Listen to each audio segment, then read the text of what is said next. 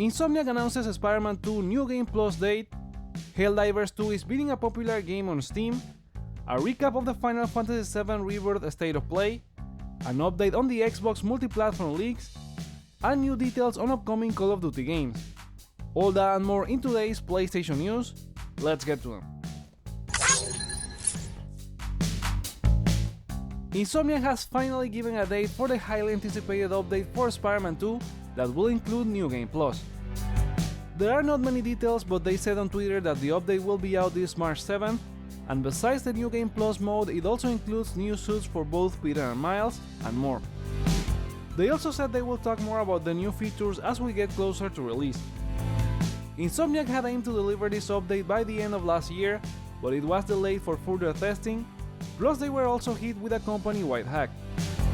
Are you looking forward to replaying Spider-Man 2? Share with us in the comments. Helldivers 2 launches really soon, and the game is doing amazing in pre-order numbers, which may indicate Sony's first simultaneous release for PS5 and PC will be a hit. The game is currently first on the best-selling chart of pre-orders on the PlayStation Store, ahead of games like WWE 2K24 and Final Fantasy VII Rebirth. Meanwhile, on Steam, the game is third on the top sellers ranking, only behind Counter-Strike 2 and PUBG, but ahead of Modern Warfare 3 and this year's sensation Palworld.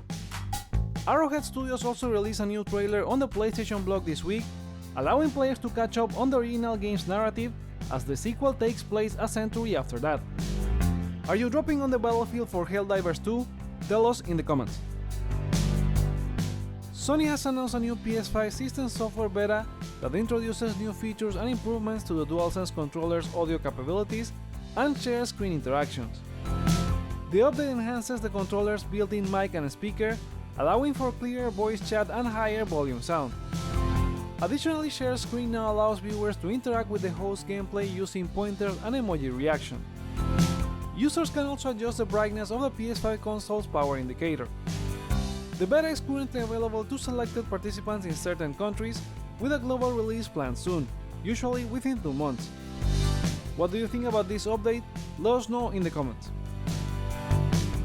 Now let's recap what was shown at the most recent Final Fantasy VII Rebirth State of Play, as Square Enix provided an extensive preview of the remake sequel set for release on February 29. The game expands upon the original storyline, exploring deeply into the adventures of Cloud Strife and his companions as they journey beyond the confines of Midgard. A demo is available right now that offers you a taste of the game's mechanics by allowing you to control both Cloud and Sephiroth in pivotal flashback sequences in the Nibelheim area. Before the game comes out, the Square Enix will update the demo, granting player access to explore the Junon region and immersing them in the game's expansive world and gameplay mechanics. The event also had about 11 minutes of new gameplay footage, showcasing various aspects such as a vast world map,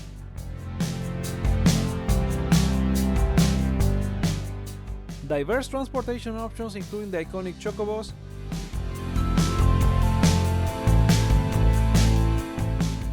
up to 400 crafted songs for the game including original themes,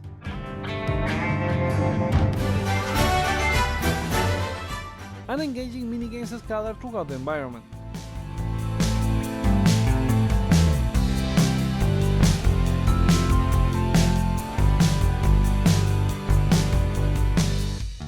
Rebirth introduces new gameplay mechanics that emphasize the importance of character relationships, impacting both the narrative progression and combat dynamics.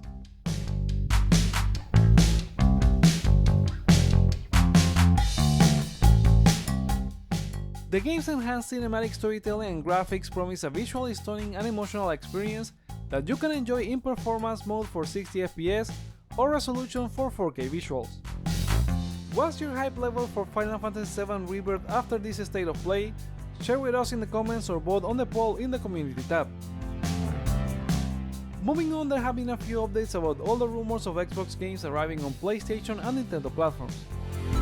According to reports from insider Jeff Grubb, Microsoft is also considering the Gears of War franchise for other platforms as part of this new rumor strategy.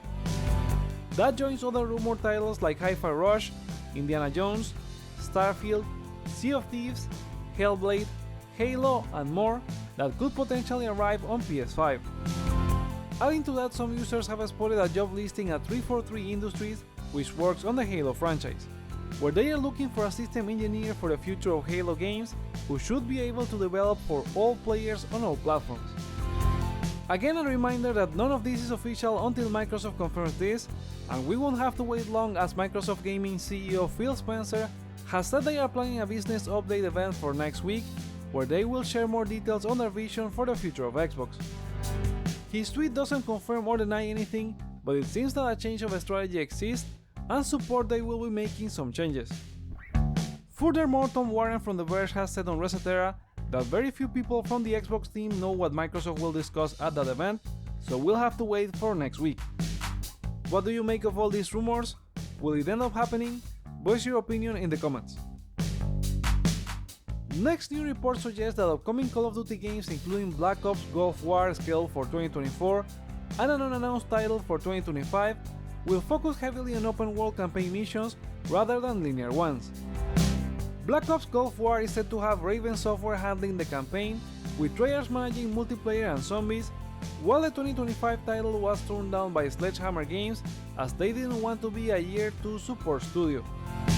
The 2025 game doesn't have the developer being 20 months away from launch, so hopefully it's not another Modern Warfare 3 when it arrives. These developments come after significant changes within the company following Microsoft's announcement of its acquisition of Activision Blizzard in January 2022. Now time for a round of quickfire gaming news. Sticking with Activision and Call of Duty, they have announced a free trial for Modern Warfare 3's multiplayer following the launch of its Season 2 update. Players will be able to access all multiplayer modes and zombies, including the new map Stash House, from February 8 to 12. Season 2 launches today, bringing new maps like Departures and Vista, a war map, Zombies mission, and a crossover with The Walking Dead.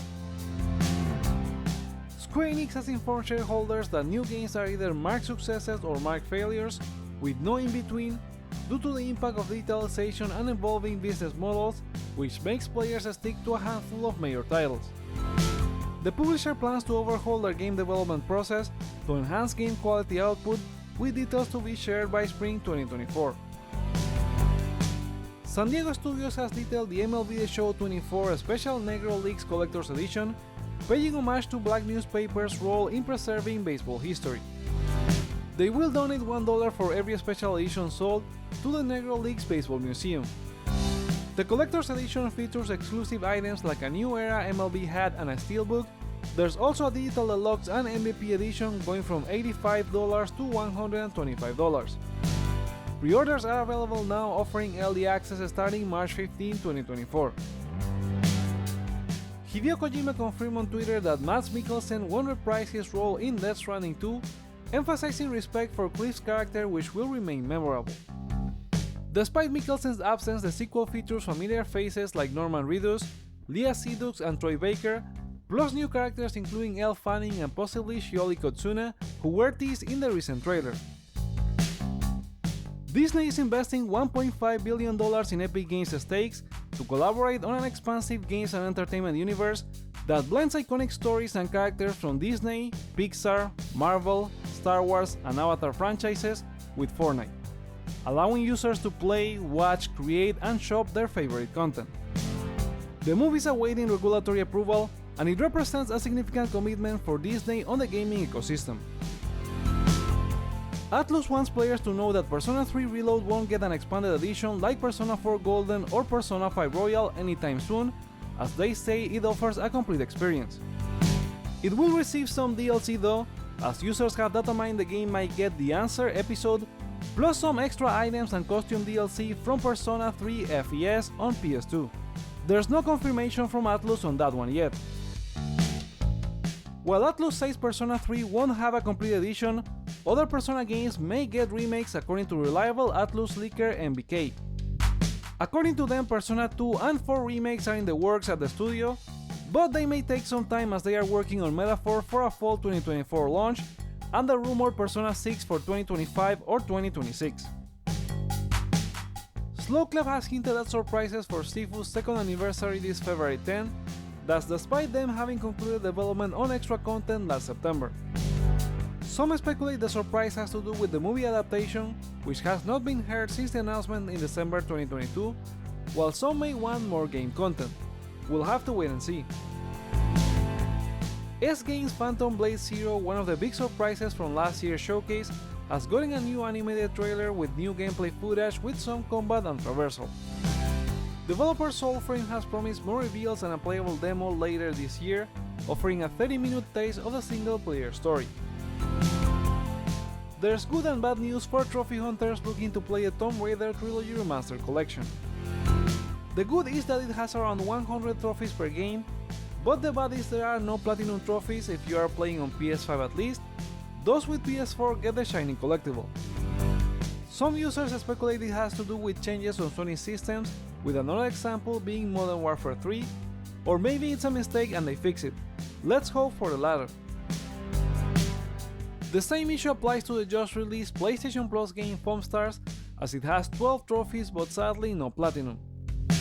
At least all the trophies seem achievable in public matches if you're interested in the game. CD Projekt Red has announced their new North American branch is helping in the development of Projekt Orion, the sequel to Cyberpunk 2077. It adds some experienced names like Dan Herberg, ex-Amazon and Blizzard, as executive producer, former Hitman gameplay director Ryan Barnard from IO Interactive, Alan Villani who led technical direction for Mortal Kombat at WB Games, Anna McGill from games like Avatar and Control as lead writer, and Alexander Freed who was lead writer on Star Wars at BioWare. Konami has announced that Silent Hill: The Short Message has exceeded 1 million downloads. The free-to-play spin-off set in modern-day Germany was revealed during the most recent PlayStation State of Play, which Konami described as an experimental introduction to the Silent Hill universe. And those are the PlayStation stories for today. Come back on Friday for a new video, but remember to share your thoughts on any of this news in the comments below, like or dislike to let me know your feedback, check out other videos you may enjoy while you're here, such as Naughty Dog hinting Last of Us 3, and consider subscribing for more on PlayStation.